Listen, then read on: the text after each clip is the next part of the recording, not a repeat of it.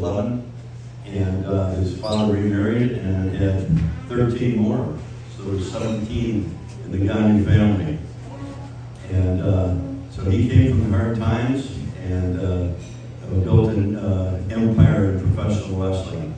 He used to tell the story in 1950. You know, they had Verne. In fact, I donated to the Hall of Fame here a poster of the guys in the 50s that started professional wrestling. You have Philip Kowalski, Yukon Eric, of course Verne and Luthez with the two big draws. Verne was the U.S. champion, and Lou was the NWA World Heavyweight champion. And Verne was the first athlete in 1950 to surpass Babe Ruth for making over $100,000 in his first year of wrestling as a pro. So he was a mainstream, and he learned how much TV meant to the sport. And finally, in 1960, he bought into the Minneapolis Wrestling Club with Wally Carlo and Bill Casisto. And they had TV in Minneapolis, and they had TV in Omaha, Nebraska. And that was, they formed the AWA in 1960 through a match in Omaha, Nebraska, where he wrestled Edward Carpentier, who had defeated Lou Thez by disqualification in Canada a week before. And at that time, they recognized Carpentier as the champion, but you couldn't win the championship by disqualification.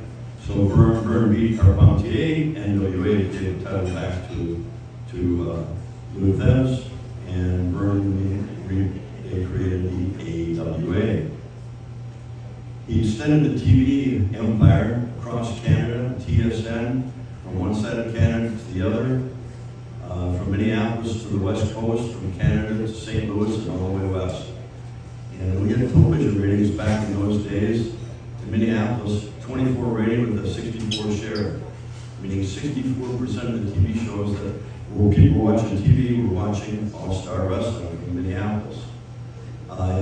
Throughout our whole territory, that averaged about a 20 in most places. And the only show that beat us was 60 Minutes. They had the same rating at 24, but they had a 65 share of the audience. So he created an empire there, and we called him the godfather, and I think a lot of people do, of professional wrestling. As an amateur, the AWA, their theory was you had to know how to wrestle when you got in the ring and be able to tell that story. You better put holds on and know how to get in and out of them, and a lot different than what we see today. But it was an interesting growing up for me, and watching the talent that came through the AWA. Verne ran it with about 16 guys.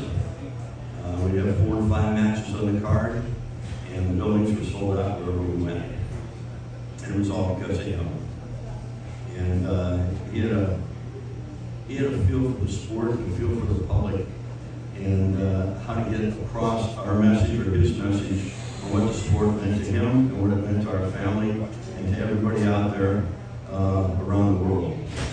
And I am so honored to be able to represent him tonight and accept this award for my father, the legendary AWA World Heavyweight Champion, Verne